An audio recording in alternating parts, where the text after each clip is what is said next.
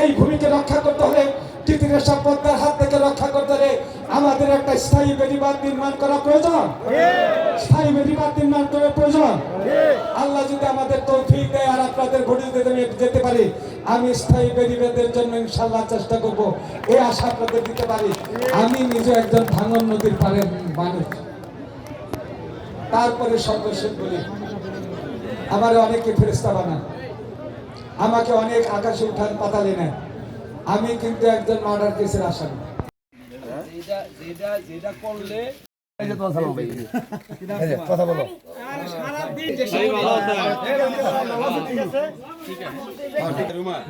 সকাল সকাল